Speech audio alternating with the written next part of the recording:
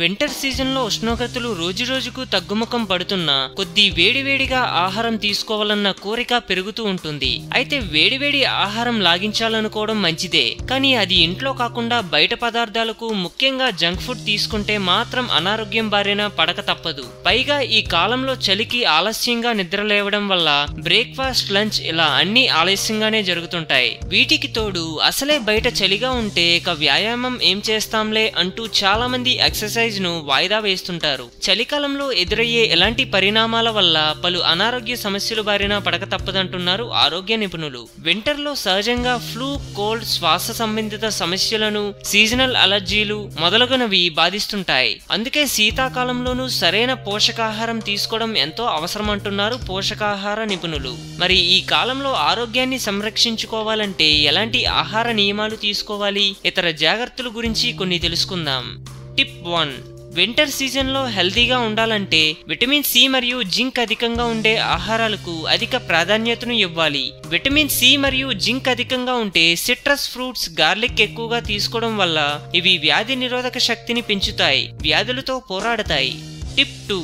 Winter సీజన్లో కూడా వ్యాయామం తప్పనిసరి. వింటర్లో రెగ్యులర్గా వ్యాయామం చేయడం వల్ల బాడీలో ఉష్ణోగ్రతలు పెరుగుతాయి, శరీరం వెచ్చగా ఉంటుంది, మెటబాలిజం రేటు పెరుగుతుంది, రక్తస్రవణ మెరుగుపడుతుంది, వ్యాధులను నివారిస్తుంది.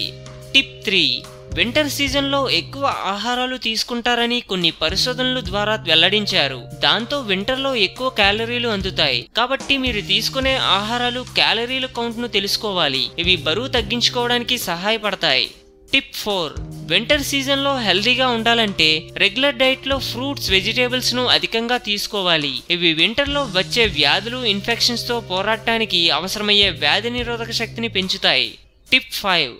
రోజులో ఎప్పటికప్పుడు చేతులను శుభ్రంగా కడుక్కోవాలి. సమ్మర్లో కంటే వింటర్ సీజన్లో ఇన్ఫెక్షన్స్ చాలా త్వరగా వ్యాప్తి చెందుతాయి. వింటర్లో వైరల్ ఇన్ఫెక్షన్స్ నివారించుకోవడానికి హైజెనిక్ టిప్స్ పాటించడం చాలా అవసరం. అలాగే హ్యాండ్ శానిటైజర్ కూడా ఉపయోగించాలి. టిప్ 6. వింటర్లో కూడా సరిపడా నీళ్లు తాగాలి. దాహమేయటం లేదని నీరు తాగడాన్ని మానేస్తుంటారు చాలా మంది. కాబట్టి వింటర్లో కూడా బాడీ హైడ్రేషన్ లో ఉంచుకోవడానికి, డీహైడ్రేషన్ తగ్గించుకోవడానికి, వివిధ రకాల అనారోగ్య సమస్యలను నివారించుకోవడానికి, స్కిన్ డ్రైనెస్ ను నివారించుకోవడానికి రోజుకు సరిపడా నీళ్లు తాగాలి. టిప్ 7. వింటర్లో ఎలాంటి ఆరోగ్య సమస్య వచ్చినా వెంటనే డాక్టర్ను కలిసి మల్టీవిటమిన్ సప్లిమెంట్ తీసుకోవడం చాలా అవసరం. ఇవి వ్యాధి నిరోధకతను పెంచుతాయి, వైరల్ ఇన్ఫెక్షన్స్ దూరం చేస్తాయి.